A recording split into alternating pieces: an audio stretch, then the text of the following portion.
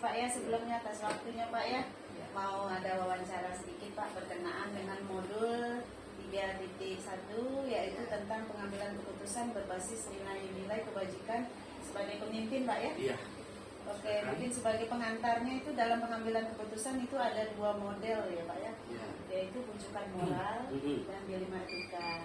Nah, bujukan moral ini benar versus salah Pak ya. Di mana seseorang dihadapkan pada situasi dia harus memilih antara benar dan salah. Bisa jadi benar menurut dia tapi salah menurut orang lain atau peraturan.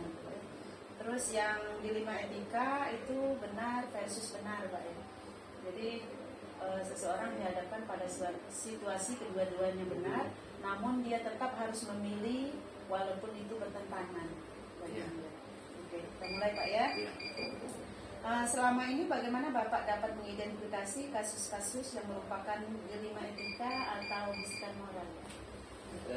Terima kasih Bu Betty sudah memilih saya sebagai yang mewawancarai. Sangat menarik sekali pembicaraan kita pada pagi hari ini ya. Dimana ketika kita mau mengidentifikasi tadi Bu ya, itu tentu kita punya suatu persoalan. Jadi kata Ibu tadi kita bisa menyebutkan bisikan atau bujukan moral. Sama bujukan moral dan itu ya semua suatu keadaan yang memang kadang-kadang kita sering dihadapkan dengan itu, di mana perlu kita identifikasi beberapa kebutuhan manusia. Misalnya ada suatu orang pegawai atau guru atau usaha apa saja, di samping dia melaksanakan kewajibannya dan dia juga melaksanakan segala sesuatu untuk memenuhi kebutuhannya. Kita tidak bisa menghindari atau menegur karena itu memang hak mereka untuk memenuhi kebutuhan yang ada. Misalnya seorang guru dia berkewajiban untuk mengajar, di samping itu juga mereka memiliki bisnis lain. Kadang-kadang di situ yang timbul dilema. Kita mengidentifikasinya antara kewajiban yang harus dilakukan dengan kewajiban dia untuk memenuhi kebutuhan itu semuanya sama-sama benar ya Bu ya. Tetapi ketika itu tidak seimbang, jadi itu menjadi dilema, kan? Pilihannya apabila satu dari salah satu dari dua itu menjadi skala prioritas, maka malah menjadi menjadi tantangan. Di satu pihak dia harus melaksanakan kewajibannya sebagai seorang guru atau seorang tenaga dan di pihak dia tenaga administrasi ataupun yang lain. Di pihak lain dia juga harus memperjuangkan bagaimana cara meningkatkan kebutuhan hidupnya. Ketika itu diprioritaskan satu, maka ada satu yang benar, maka yang satu lagi yang tidak benar. Bagaimana kita mengidentifikasi itu? Kita melihat dari aktivitas yang dilakukannya. Apabila dia memang bisa membagi waktu antara keduanya, ya itu wajar-wajar saja. Tapi kalau salah satu dari situ akan menjadi seperti itu, menjadi bujukan moral dari itu. Kalau yang dilema etika itu sendiri, kadang-kadang kita berdilema dalam mengambil suatu keputusan. Satu pihak memang kita ada aturan yang baku, di pihak lain kita juga sebagai insan sosial ya Bu ya, yang kita tidak bisa terlepas dari itu. Karena terutama misalnya dalam mengambil suatu keputusan yang kita pikir memang dari segi aturannya memang tidak boleh seperti itu, tetapi karena berlatar belakang banyak sesuatu sehingga kita memunculkan keprihatinan sosial. Akhirnya sama-sama benar. Artinya misalnya ada suatu kasus yang anak dengan berbagai ragamnya Bu ya, satu sepihak memang aturan sekolah tidak boleh misalnya kan, tidak boleh apa sekian dalam kenaikan kelas Bu ya. Tapi memang ketidakapaannya tersebut juga mempunyai latar belakang, faktor ekonomi, jarak tempuh, semuanya kan yang menimbulkan dilema bagi kita untuk melakukan keputusan itu. Ketika aturan itu benar kita mau meninggalkannya, tapi secara sosial itu juga harus kita pertimbangkan. Artinya ini ketika kita mempertimbangkan untuk menaikkannya melalui apa namanya perasaan sosial kita, sense sosial, itu juga benar. Nah, kita tidak juga bisa terlepas dari apa namanya nilai-nilai sosial itu. Jadi keputusan itu diambil kadang-kadang sulit apabila kita menemukan suatu poin yang sama-sama benar. Nah, itu seperti itu. Jadi kita identifikasi dulu, kita lihat ini dari semua sisi. Saya pikir itu. Berarti yang tadi yang menunjukkan moral tadi sah-sah saja Pak ya, yang penting bisa membagi waktu ya Pak ya, sehingga tidak ada yang dikorbankan ya, Pak ya, kalau saya petik. Terus kalau yang di 5 etika tadi yang memang sulit harus memilih apa namanya antara dua hal, tapi tetap kalau saya tangkap Bapak tadi tetap tujuan kita demi kepentingan anak. Artinya di situ kita tuh kan mau meletakkan suatu keadilan dengan segala sisi yang kita perlukan. Yang berikutnya Pak ya, selama ini bagaimana Bapak menjalankan pengambilan keputusan di sekolah, terutama untuk kasus-kasus di mana ada dua kepentingan yang sama-sama benar, sama-sama mengandung nilai kebajikan? Yang jelas kita di dalam suatu pengambilan keputusan, namanya juga institusi, itu artinya bahwa kita berada dalam suatu institusi tersebut, tentu berada dalam suatu komunitas. Kalau sekolah ini bukan berarti dia berdiri sendiri di sekolah. Artinya bagaimana kita melibatkan pengambilan keputusan itu sendiri, melibatkan stakeholder yang ada di sekolah. Artinya apabila itu diputuskan tidak lagi menjadi keputusan kepala sekolah, tetapi sudah menjadi keputusan warga sekolah. Apapun persoalannya di sekolah, kita diskusikan, kita pertimbangkan dari semua sisi. Memang tujuan utama kita memang mengambil kata mufakat. Artinya kalau seandainya tidak terjadi kata mufakat setelah kita lemparkan semua persoalan yang ada itu, ya tentu kita mau melihat juga sisi-sisi mana yang lebih baik lagi kita lihat. Tapi dengan memberikan gambaran tersebut, saya pikir selama ini lebih banyak kita mengambil kata mufakat daripada kita memvoting suatu keputusan. Yang ingin saya tekankan di sini adalah bahwa tidak ada keputusan sekolah itu yang diambil oleh kepala sekolah sendiri. Kita melibatkan stakeholder yang ada di sekolah. Itu. Jadi tetap bermuara di musyawarah. Mengambil mufakat Pak ya, untuk diambil keputusan yang terbaik, sehingga bisa dipertanggungjawabkan bersama. Oke. Langkah-langkah atau prosedur seperti apa yang biasa Bapak lakukan selama ini berkenaan dengan pengambilan keputusan? Seperti tadi, artinya apapun yang kita lakukan, baik itu dalam bentuk persoalan, artinya kan persoalan itu kan perlu ada solusi. Jadi tentu kita mau melihat dari segi kita identifikasi dulu, di mana letak masalahnya. Jadi misalnya ini permasalahan dengan dengan siswa. Jadi kita dapatkan dulu data, dan dari mana kita boleh data, mungkin bisa kita dari kelas atau terhadap hal-hal yang kita pantau setiap hari.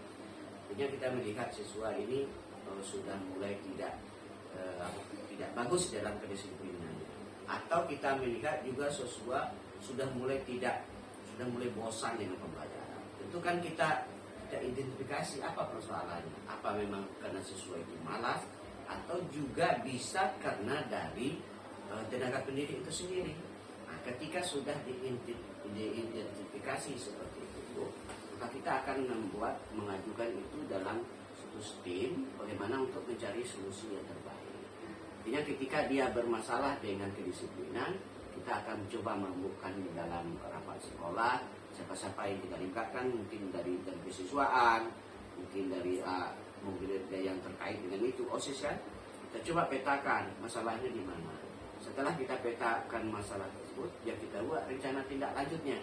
Jadi apa yang bisa menjadi rencana tindak lanjut itu, itulah yang menjadi panduan kita nanti menuangkan di dalam suatu di dalam suatu kegiatan-kegiatan yang bisa mencari solusi terbaik yang lebih berterima. Artinya lebih berterima itu yang semua kita merasa terlibat untuk mencari solusi bersama-sama, dan siswa memang bisa diberi solusi untuk berkembang ke arah yang misalnya terjadi persoalan seperti tadi di bidang pembelajaran Bu ya, kita juga mau identifikasi masalahnya di mana, apakah masalahnya di siswa itu sendiri atau malah masalahnya di guru. Ketika masalah itu di siswa, kita mencari solusi juga seperti itu. Jadi yang jelas itu Bu, kita akan coba buat identifikasi dulu, kita coba petakan, kita cari solusinya, dan kita buat di dalam rencana tindak lanjut. Saya pikir seperti itu. Oke, jadi langkah-langkahnya Pak ya, mungkin pertama kumpul data, identifikasi, ajak siapa aja yang terlibat, Pak ya, baru mengambil keputusan. Jadi Pak ya, hal-hal apa saja yang selama ini Bapak anggap efektif dalam pengambilan keputusan pada kasus-kasus dilema etika? Yang saya pikir yang bisa kita anggap efektif dalam mengambil keputusan tersebut, bahwa keputusan itu yang harus kita ambil itu kita harus kita harus menimbangkan dari segala sisi. Artinya betul kata Ibu tadi itu, tidak bisa keputusan tersebut hanya dilihat dari satu sisi yang ada saja. Jadi keputusan itu apalagi menyangkut terutama masa depan anak atau masa depan guru yang ada. Jadi keputusan atau masa depan statuta yang ada. Jadi keputusan itu diambil memang melalui pertimbangan yang sangat matang, Bu. Artinya kita dapatkan data, kita identifikasi data, kita coba cari strategi apa yang paling efektif untuk mengambil keputusan ini dan rujukannya kemana. Artinya yang jelas itu ada yang memang aturan yang memang betul-betul kita tidak boleh melanggar. Tetapi dari sisi lain kan tidak ditinjau dari situ saja. Saya pikir seperti itu. Mungkin tertangkap apa yang saya sampaikan, Bu? Bisa Pak. Jadi tetap dalam koridor peraturan dipatuhi, Ya. tapi rasa kemanusiaan. Rasa kemanusiaan itu juga ada dikedepankan di situ. Jadi sehingga orang yang menerima keputusan tersebut, Bu, kalaupun memang itu yang menjadi hal yang terburuk, mereka tidak menyalahkan kepada pihak sekolah. Nah, jadi seperti itu. Dan pihak sekolah juga terutama kepala sekolah juga yakin dalam mengambil keputusan karena sudah melibatkan pihak-pihak yang lain. Saya pikir seperti itu. Hal-hal apa saja yang selama ini merupakan tantangan dalam pengambilan keputusan pada kasus-kasus dilema etika? Tantangan yang terbesarnya itu, Bu, adalah bahwa kita kepingin sesuatu itu kan berjalan waktu. Ketika seperti kita sebutkan tadi, Bu ya, kita berharap memang waktu yang sekian, misalnya sekolah ini jam 7.30 sampai dia jam terakhir, itu memang jam yang miliknya sekolah. Artinya jam yang milik sekolah itu seperti saya di sini, itu memang bisa difokuskan, memang betul-betul saya berada di sekolah. Kadang-kadang kita tercampur. Artinya ketika dia sama-sama benar, artinya tadi kan seperti saya juga mungkin punya bisnis yang jam efektifnya juga kadang-kadang menyinggung jam itu. Nah, jadi tantangannya tadi itu kita kadang-kadang susah untuk menerapkan suatu aturan tersebut apabila ada salah satu dari, atau termasuk saya sendiri kalau memang punya kegiatan lain, untuk menyatakan itu benar atau untuk menyatakan itu salah tidak, dan memakai satu aturan yang berlaku saja. Tapi kedua-duanya memang membutuhkan membutuhkan pertimbangan yang sangat matang terhadap itu, karena kedua-duanya benar, kita kan tidak bisa melarang. Jadi tantangan yang terbesar itu mengambil keputusan itu ya timbang rasa tadi. Artinya kita memang betul-betul ketika kita mau merujuk kepada aturan tersebut, memang harus betul-betul kita bisa meyakinkan bahwa kita benar terhadap itu. Tapi ketika kita mau memakaikan faktor sosial tadi, juga harus cukup argumen bahwa itu juga bisa dilakukan untuk bukan mengalahkan ya, Bu ya, untuk menyandingkan ini supaya dia bisa berterima bahwa yang ini tidak terlalu sempit terhadap itu. Aturan yang baku ini tidak terlalu sempit, masih ada kepentingan yang pertimbangan lain yang harus kita pilih. Kalau tentang tantangan dari rekan kerja yang mindsetnya itu susah itu ada nggak Pak? Tentu ada. Kita kan tidak terlepas dari keberagaman itu. Cuman kan kita tantangan itu yang cukup besar ya seperti itu dalam pembagian waktu, dalam melaksanakan kewajiban dengan kepentingan pribadi. Walaupun dalam kepentingan pribadi itu kan tetap dalam tanda kutipnya yang sama-sama benar, Bu ya. Cuman kadang-kadang ada suatu kepentingan pribadi itu dia kalah dengan aturan. Misalnya saya kasih contoh. Misalnya ibu punya anak kecil ya, itu kan untuk punya anak kecil memberi perhatian juga. Anggaplah anak ibu masuk sekolah TK, jika di situ dia masih rewel, itu kan nggak mungkin nggak ibu ke situ. Tapi kan itu bukan suatu tantangan yang harus luar biasa, yang masih ada jalan keluar. Jadi masih ada jalan keluar, ibu bisa menyelesaikan. Ketika itu terjadi, kecenderungan kita sebagai kepala sekolah itu lebih memilih menurut aturan yang ada, karena itu memilih bisa mengalahkan, artinya bisa kita kasih solusi untuk bagaimana seperti itu, Bu. Kasih, Pak. Selanjutnya Pak ya, apakah Bapak memiliki sebuah tata kala atau jadwal tertentu dalam sebuah penyelesaian kasus dilematika? Apakah Bapak langsung menyelesaikan di tempat atau memiliki sebuah jadwal untuk menyelesaikannya? Bentuk atau prosedur seperti apa yang Bapak jalankan? Yang jelas itu kita, yang pertama tadi seperti awal kita identifikasi. Kan sekarang ini kan baik dari guru maupun dari siswa, itu kan dengan segudang keunikan dan permasalahannya masing-masing. Jadi setelah diidentifikasi tersebut, itulah perlu kita ada identifikasi masalah, tekniknya bagaimana, dan bagaimana kita berdiskusi tentang keputusan tersebut. Biasanya itu dipetakan itu menjadi dalam bentuk pembinaan. Jadi ketika itu terjadi, bentuk pembinaannya ini bisa saja dia berbeda-beda, Bu. Ada mungkin pembinaan yang langsung ke guru kita panggil, ya Bu ya. Kita panggil guru tersebut, kita coba membuka diskusi dan kita memberdayakan dia untuk mencari solusi yang terbaik. Artinya ketika itu punya solusi yang tadi sama-sama benar tadi Bu ya, yang ingin kita yakinkan kepada guru-guru strategi kita, boleh ya silakan, karena itu haknya dia juga. Cuman dalam hak tersebut, bagaimana antara kewajiban dia di sekolah dengan penambahan pendapatan tadi bisa sejalan, tidak berhubungan satu sama lain.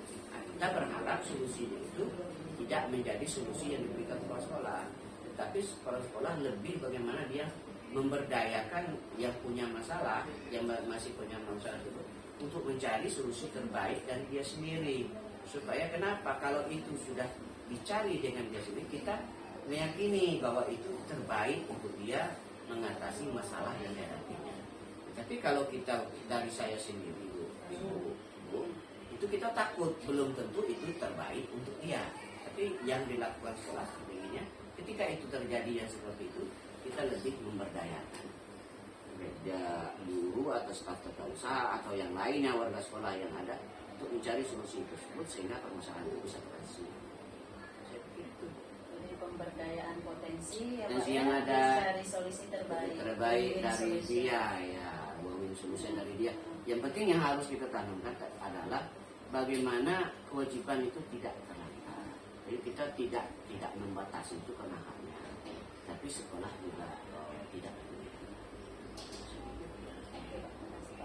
Terus, adakah seseorang atau faktor-faktor apa yang selama ini mempermudah atau membantu Bapak dalam pengambilan keputusan dalam kasus-kasus dilematika? Ya, kita kadang-kadang di samping kita ada yang memang kita bisa melibatkan semua komponen yang harus. Yang kedua, ada juga yang keputusan yang harus kita ambil itu memang pertimbangan dan tergantung dari jenis keputusan tersebut. Yang ketiga itu adalah keputusan yang harus kita ambil dari pertimbangan orang lain. Jadi pertimbangan orang lain yang kita pikir kita bisa menjadi menjadi bahan rujukan. Misalnya kan ketika terjadi suatu persoalan, kita bisa berdiskusi dengan kepala sekolah. Seperti saya kepala sekolah bisa berdiskusi dengan dinas dalam mengambil keputusan belum menjadi keputusan akhir. Jadi pertimbangan itu, jadi orang-orang yang seperti ini ya cukup membantu kita juga. Tidak hal-hal yang seperti ini. Kalau di lingkungan sekolah siapa Pak yang bisa membantu Bapak? Yang jelas itu wakil-wakil saya ya, saya tidak itu orang yang paling dekat, yang paling dekat atau yang langsung berada di bawah ya, yang memangku kepentingan. Dari orang-orang itu kita pihaknya, kita pertimbangkan. Kalau memang dia harus meluas mencari pertimbangan lain, ya kita naik dulu. Itu lebih beda ya.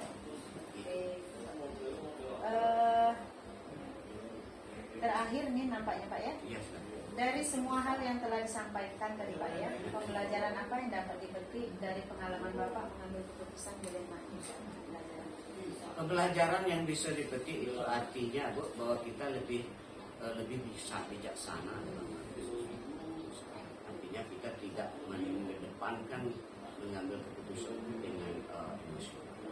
Jadi semua ketika permasalahan itu ada, ya ditenangkan dulu. Bukan ditenangkan dulu harus dingin gitu ya. Jadi kita tenangkan dulu. Kita berusaha menjadi bagaimana jalan terbaik terhadap permasalahan yang ada ini. Dan siapa yang harus kita libatkan di dalam membicarakan ya Bu ya. Dalam membicarakan. Dan bagaimana strategi kita nanti pengambilan keputusan tersebut. Dan strategi juga kita menyampaikan itu. Kita berharap ketika ini ada proses seperti ini, manusia kan tidak lepas dari kesalahan. Artinya ketika seorang guru atau seorang siswa atau seorang tata usaha mengalami hal yang seperti itu, ya kita memahami juga kebutuhan itu banyak ya Bu yang harus dipenuhi. Kita berharap dengan kita ambil keputusan tersebut, dengan kita terangkan menjadi kesadaran, bukan dalam bentuk ketersinggungan. Kalau ketersinggungan malah membuat mengambil keputusan lagi kita karena sudah bermasalah lagi. Jadi seperti itu ya. Kita coba ambil keputusan itu ya. Akhirnya ya kita menjadi orang yang sana lah. Itulah pembelajaran dari Pengambilan keputusan diambil secara bijaksana dengan melibatkan stakeholder yang mendukung ya Pak ya, sehingga diperoleh keputusan yang memang betul-betul yang terbaik. Oke Pak, makasih banyak Pak ya atas waktunya. Terima kasih atas ilmu hari ini ya. Terima kasih banyak. Sama-sama Pak. Ini juga pembelajaran bagi saya ke depan ya. Nah, hari ini sudah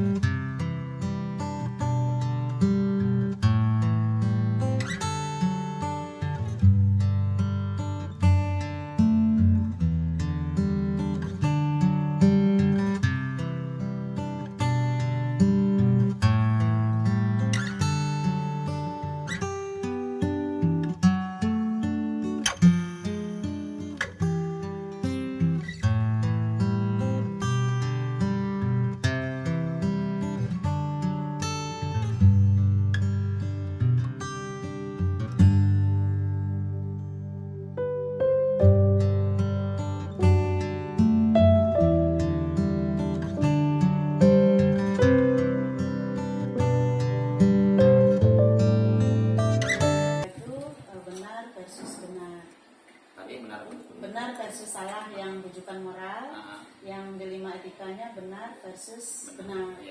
Mungkin Bapak sudah sering melakukan Bapak ya. Selama ini bagaimana Bapak dapat mengidentifikasi kasus-kasus yang merupakan dilema etika atau rujukan moral?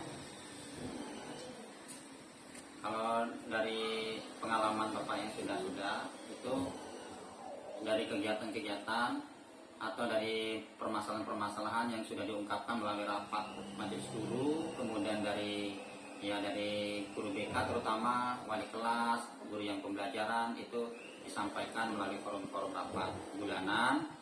Terlebih kita bisa mengetahui identitas tersebut pada saat rapat kenaikan kelas atau rapat kelulusan. Itu kami dapatkan permasalahan-permasalahan seperti itu. Ada permasalahan yang tadi dilema ITK, kemudian satu lagi tadi apa Bu? Rujukan moral. Rujukan moral ya. Itu sering kami temukan pada saat rapat kenaikan kelas. Kemudian rapat kelulusan itu sering kami temukan hal seperti itu. Jadi pada intinya tetap berkolaborasi dengan guru-guru ya Iya, Pak jelas, ya. ya. Dirapatkan untuk mengambil keputusan yang pas. Iya benar. gitu, Pak, ya. Namun tetap melalui proses itu kan sudah dilakukan oleh guru mata pelajaran, kemudian sudah dilakukan juga oleh guru BK bersama wali kelas, ada guru agama juga berkolaborasi, baru dilaporkan kepada kesiswaan, kemudian tarik ke kepala sekolah. Tidak jarang terjadi banyak yang kasus-kasus seperti itu, mungkin kasusnya agak besar, itu dilimpahkan langsung kepada kepala sekolah, sehingga kepala sekolah itu dituntut untuk mengambil kebijakan pada saat untuk mengambil keputusan, walaupun di hari-hari biasa tidak mesti didapatkan naik kelas, namun di hari-hari biasa sering terjadi kasus-kasus yang kira-kira kepala sekolah yang harus mengambil kebijakan. Kebijakannya itu mungkin banyak di dilema etika Pak ya, benar versus benar. Misalnya seperti kenaikan kelas Pak ya, anak ini tidak memenuhi kriteria kenaikan gitu kan.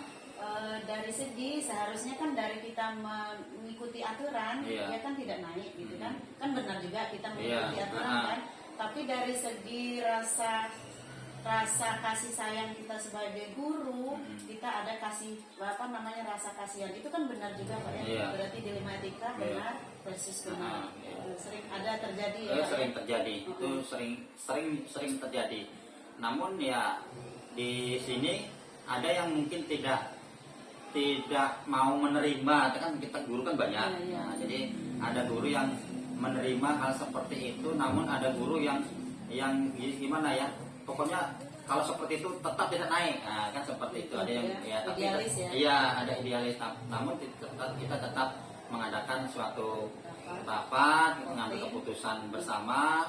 Kalau yang sudah terpaksa ya voting, tapi kalau bisa voting nanti pilihan terakhir. Yang jelas kita harus dirembuk bersama. Karena kita benar sekali kalau kita tidak menaikkan kelas tentunya akan membunuh ini cita-cita mereka.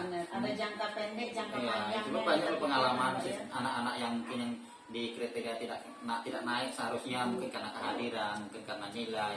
Nah, namun kita sanggup sebagai guru mungkin membinanya untuk ke depan, dia bisa berhasil. Nanti anak-anak tersebut yang bisa membantu kita mungkin saat di jalan atau saat kita mungkin di bank, mungkin mereka mungkin jadi bank.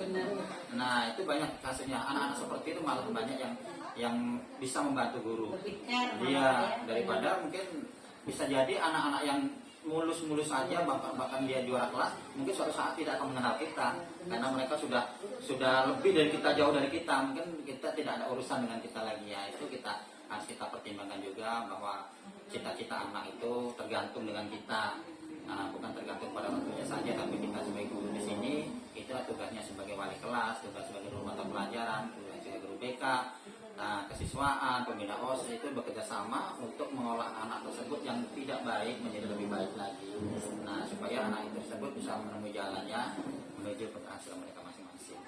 Oke, kalau yang dari segi bujukan moral ada nggak Pak? Misalnya seperti ini, guru harus menjalankan tugas, ini kan memang kewajiban.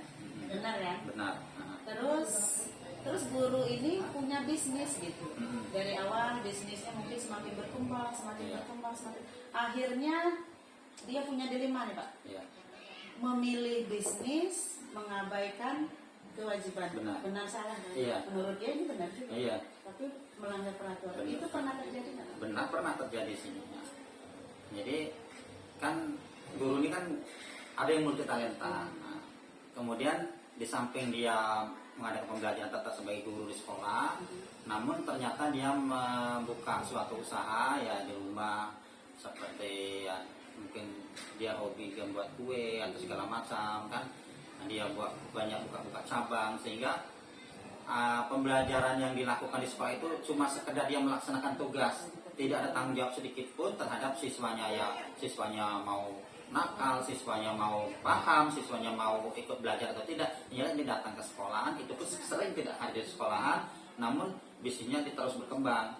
Jadi ada yang terjadi di sekolah ini, ada yang terjadi, namun tidak banyak. Berarti udah menunjukkan moral seperti itu ya, dia aduh yang mana ini, akhirnya ada yang dikesampingkan.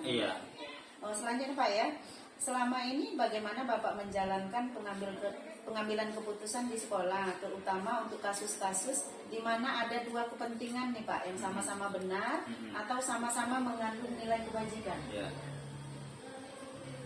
Mengambil keputusannya ya? Sama-sama benar. Ya, kalau di sini kalau saya mengambil itu kan melalui proses dulu. Dari prosesnya bagaimana kasus itu sudah ditangani oleh pihak yang terlibat di situ, terutama dari yang paling bawah sampai ke paling atas, kemudian sampai ke kepala sekolah. Nah, kepala sekolah mau tidak mau harus mengambil kebijakan. Kalau kebijakannya dari awal sudah dibina, kemudian pas di wakil kesiswaan nomor 2 dari kepala sekolah itu sudah memberikan ultimatum, misalnya ada materai 10.000, tanda tangan perjanjian, kalau melanggar aturan ini lagi maka siswa ini harus dikeluarkan dari sekolah. Nah, sampailah terjadi hal yang sama, kemudian dilimpahkan kepada kepala sekolah. Ya, kepala sekolah walaupun kita sebenarnya tidak sampai hati karena itu sudah dilalui melalui proses dari bawah sampai ke atas dengan teliti dan benar, maka kepala sekolah dengan berat hati tetap mengeluarkan siswa tersebut. Itu sudah pernah terjadi di sini. Namun kalau kita pelajari, tiba-tiba dari kesiswaan dilaporkan kepada sekolah untuk mengambil kebijakan tersebut, namun proses dari bawah itu kacau, misalnya dari guru mata pelajaran langsung ngadu ke guru BK. Guru BK tidak sanggup, langsung ngadu ke wakil kesiswaan. Wakil kesiswaan mungkin pada saat itu mungkin memberikan perjanjian itu tidak melalui ya kehadiran, kemudian pelanggaran sudah berapa kali dilakukan, apakah sudah dibina oleh wali kelas atau belum, apakah sudah dipanggil oleh wali kelas atau guru BK sudah berapa kali, guru agama juga. Namun penanganan kasus tersebut itu kacau, tidak sesuai alur, maka saya tidak mengeluarkan, walaupun perjanjian itu adalah dikeluarkan, namun saya tidak mengeluarkan siswa tersebut karena itu belum melalui proses yang benar. Jadi kita harus melihat prosesnya dulu dari bawah sampai atas, proses itu sudah benar belum, buktinya sudah masuk belum. Tapi kalau tidak benar, maka saya tidak bisa mengeluarkan siswa tersebut karena sebelum melalui proses jalur benar. Oke, berarti dapat saya petik atau saya tangkap Pak ya, sudah mengikuti alur yang benar, Iya, benar. sudah sesuai seperti misal kayak wali kelas kan udah 3 kali Iya, pembinaan, benar. Pak ya, baru limpahkan ke BK. Karena 1 kali loh baru manggil wali kelas langsung ke BK.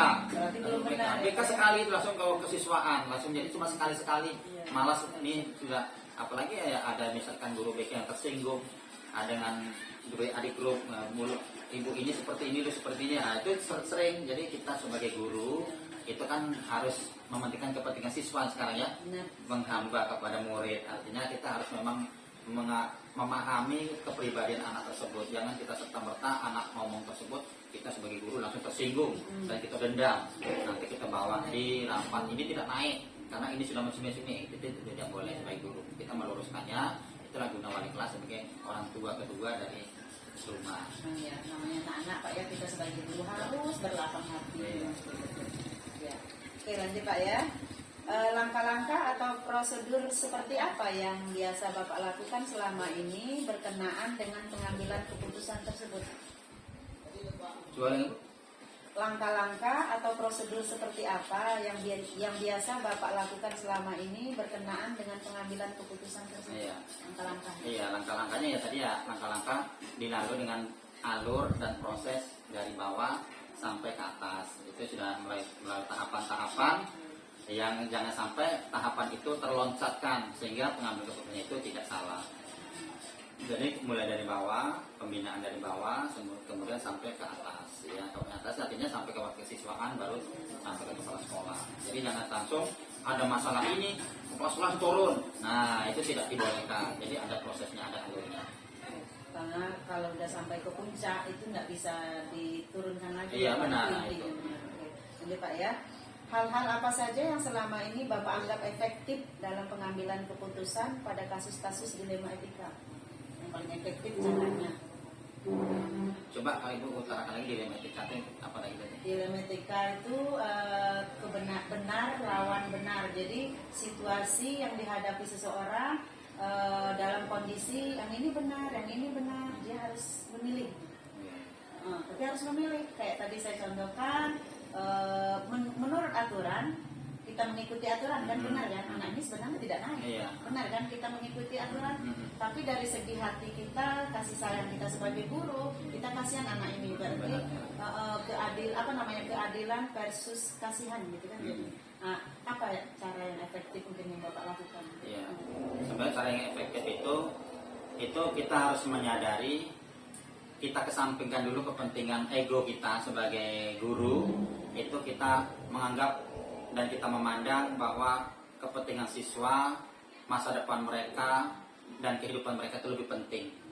Jadi kita mengambil keputusan tersebut kita dengan ya tadi lapang dada, kemudian kita juga harus berkepala dingin, kemudian kita juga harus pada saat tenang.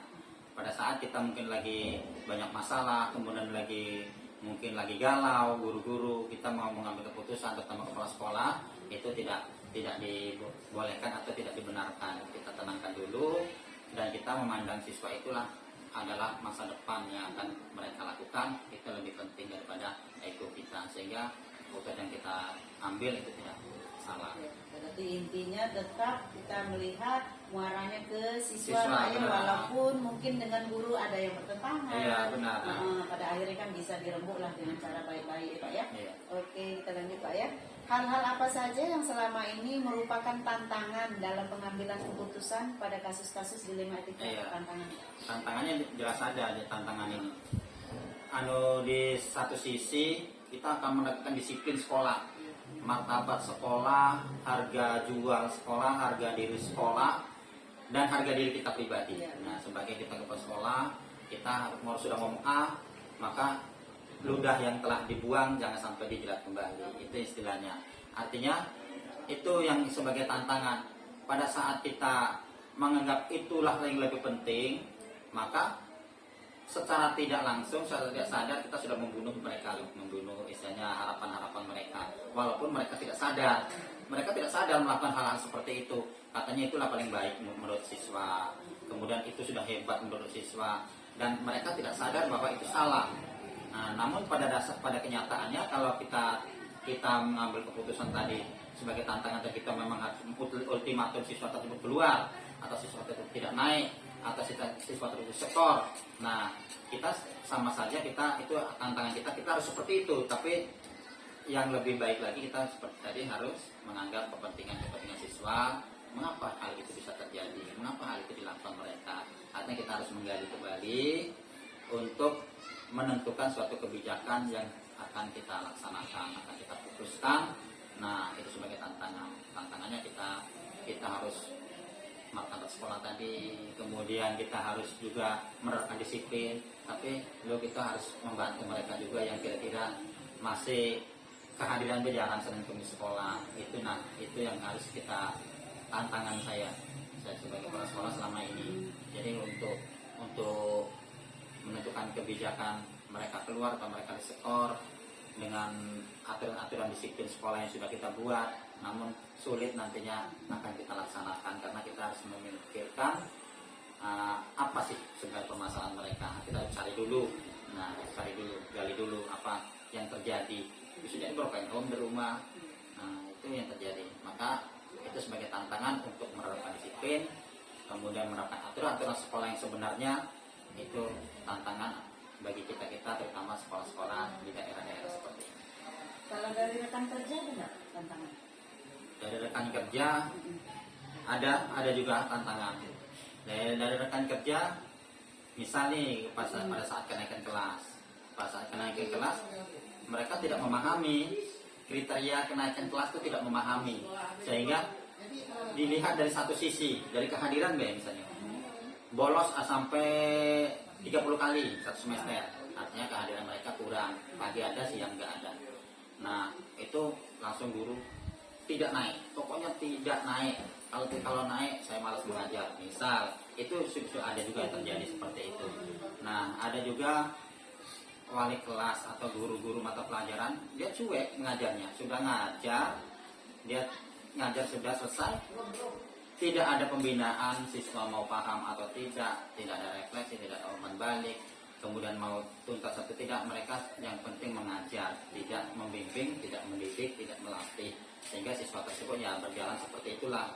Akhirnya itu sebagai tantangan bahwa kita akan menentukan kebijakan terhadap siswa tadi, namun guru tersebut juga tidak mendukung, artinya dia tidak melatih, mendidik dan mengembangkan di kelasnya masing-masing. Dia cuma hanya sekedar mengajar. Itu juga tantangan bagi kepala sekolah terhadap guru yang cuma sekedar tugasnya mengajar. Kemudian tantangan juga tadi guru yang mungkin punya pemikiran-pemikiran pola lama. Nah, itu tantangannya, itu yang harus kita benahi, yang harus kita rubah. Mungkin tidak semudah membalikkan telapak tangan karena kurikulum sudah berubah, sedangkan orang-orangnya itu mungkin sudah menjelang pensiun, jadi sudah tidak bisa menerima informasi terbaru. Itu tantangannya. Oke, jadi kalau untuk dari rekan guru, mindset gurunya sulit Iya. berubah Pak ya, karena ada yang guru idealis Iya. tapi tidak melihat kepentingan anak lagi, terus ada yang guru cuma hanya melepas kewajiban, Iya. sedangkan tugas kita kan mendidik, mengajar, mengarahkan, melatih itu ya Pak ya. Nah iya, kalau itu Iya. sudah bisa terlaksana, sudah bisa berjalan di sekolah, anak bagus semua. Anu si A mau datang sekolah hari ini, enggak enak, saya datang sekolahan. Ibu Nurbaiti ngajar hari ini, dia datang hari ini. Dia segan, kalau kita sudah dekat dan kita segan. Nah, tapi kalau gurunya tidak kenal, dengan siswa tidak kenal, siswa tidak kenal yang guru, guru tidak kenal dengan siswa, ya mereka senang-senang baik, nak pergi kemana lagi, tidak ada beban. Keikatan emosional antara Iya, guru dengan itu siswa itu tidak ada. penting sekali. Oke, kita lanjut Pak ya. Apakah Bapak memiliki sebuah tata kala atau jadwal tertentu dalam sebuah penyelesaian kasus dilema etika? Apakah Bapak langsung menyelesaikan di tempat atau memiliki sebuah jadwal untuk menyelesaikannya? Bentuk atau prosedur seperti apa yang Bapak jalankan? Kalau itu memang secara tertulis tidak ada, secara tertulis. Namun kalau misalkan ada kasus ini sudah diselesaikan oleh dari pihak atas sampai ke bawah sudah selesai. Nah, kalau Bapak terjadwal sendiri, tidak hari itu juga, tidak serta-merta kita selesaikan hari itu juga. Namun kita tetap memanggil, kita mencari informasi-informasi dulu dari teman-temannya, kemudian dari seluruh guru yang terlibat dengan mereka, terutama kita berkonsultasi dengan orang tua dulu. Nah, kita mengetahui dulu seluruh orang tuanya bagaimana, kemudian kita panggil orang tuanya lagi, baru kita hari berikutnya nanti baru kita putuskan kasus-kasus tersebut. Jadi tidak serta-merta hari itu diinfokan kepada kepala sekolah langsung memutuskan hari itu juga. Jadi tidak, kita harus mencari informasi-informasi yang benar dulu, kemudian kita juga mengenal seluk-beluk mereka, terutama siswanya, kemudian dari orang tuanya bagaimana, baru kita berdiskusi pada orang tua, nanti baru kita putuskan. Ternyata orang tuanya seperti ini, tidak ada mendukung anak sekolah, kemudian orang tuanya mungkin ya mamanya 2, bapaknya 2, nantinya itu kasusnya kan banyak kasus. Jadi kita juga harus menyadari untuk mengambil kebijakan tersebut, kita harus memandang itu anak itu lahir dari latar belakang yang bagaimana. Jadi kita jangan samakan anak seperti ini, anak A ini, anak B, anak C, itu kita kebijakannya sama, padahal latar belakangnya berbeda. Jadi nanti ketidakadilan. Memang kalau adil harus sama, tapi kalau seperti itu bukan adil namanya, tapi dia latar belakangnya berbeda-beda, kasusnya berbeda-beda, mereka punya kasus masing-masing. Jadi kita harus memahami dulu kasus tersebut, baru kita harus ambil keputusan supaya keputusan itu tidak salah kita ambil. Jadi tetap lihat kondisi ya. Iya, intinya, Pak ya. benar. Adakah seseorang atau faktor-faktor yang selama ini mempermudah atau membantu Bapak dalam pengambilan keputusan dalam kasus-kasus dilema etika? Yang di sini bermudah, yang jelas yang membantu saya sini itu ada wali kelas. Mungkin kalau guru mata pelajaran kan dia bekerja sama dengan wali kelas. Kemudian jadi dari wali kelas tersebut nanti kan cerita nih bisa si Dimas seperti ini. Saya sudah dengar dari wali kelas. Kemudian guru BK juga sudah pernah memanggilnya seperti ini. Kemudian guru BK pas bertemu dengan saya mungkin cerita tentang sifat tersebut. Kemudian guru BK, di samping guru BK juga ada yang penting juga guru agama. Walaupun mereka posisinya sebagai guru mata pelajaran, namun guru agama itu juga bagus karena dia sering pengarahan di yasinan, sering memberi kultum, sering memantau sikap-sikap anak. Jadi guru agama itu juga sebagai teman-teman cerita dan bercerita tentang anak-anak tertentu yang kira-kira butuh sentuhan daripada guru-guru atau dari wali kelas untuk lebih disentuh lagi daripada siswa-siswa lain yang tidak mesti harus disentuh lebih. Nah, di situ yang membantu ya rekan-rekan, terutama wali kelas, guru BK, guru agama, itu yang membantu dari kegiatan-kegiatan ini, termasuk wakil kesiswaan, karena wakil kesiswaan itu secara menyeluruh itu membidangi untuk kegiatan-kegiatan kesiswaan, dan pembina OSIS juga membantu sekali, karena dari pembina OSIS itu pembina pramuka itu melatih mereka, siswa-siswa mereka mentalnya, disiplinnya, kemudian dari kegiatan-kegiatan juga dari pembina OSIS banyak mendapat masukan. Nah, itu. Jadi yang paling dekat itu yang paling mitranya dengan kepala sekolah itu sebenarnya di guru BK dengan kesiswaan itu sudah dekat. Jadi ada interaksi antara kami sebagai pemegang kepentingan di sekolah untuk membuat kebijakan. Mungkin tidak bisa kita abaikan juga kerjasama orang tua ya Pak ya, Ya, sama jelas. lingkungan sekolah. Iya, jelas. Cuma kadang orang tua di sini kan membiarkan kalau ada dipanggil nggak datang ke sekolahan. Ada juga yang nggak bisa diajak kerjasama. Iya, Pak, ya, paling Pak, satu ya. dua orang Iya. yang memang menawarkan diri datang ke sekolah, bagaimana anak saya belajar di sini, kemudian kehadiran ada sih yang datang, cuma tidak banyak. Oke, terakhir sepertinya Pak, dari semua hal yang telah disampaikan tadi Pak ya, pembelajaran apa yang dapat dipetik dari pengalaman Bapak mengambil keputusan di Rematika? Oh, iya. Pengalaman. Jadi pengalaman yang sudah terjadi di sini, terutama pada rapat kenaikan kelas lah, ini yang sudah terjadi. Jadi pengambilan keputusan itu memang harus benar-benar kita lakukan dengan teliti, cermat, jangan sampai keputusan itu nanti akan membawa pengaruh yang lebih tidak baik pada siswa dan penyesalan pada kita sebagai pemegang kepentingan sekolah. Itu saja. Jadi ya banyak di bidang akademik ya Pak ya. Iya. Oke Pak, untuk hari ini saya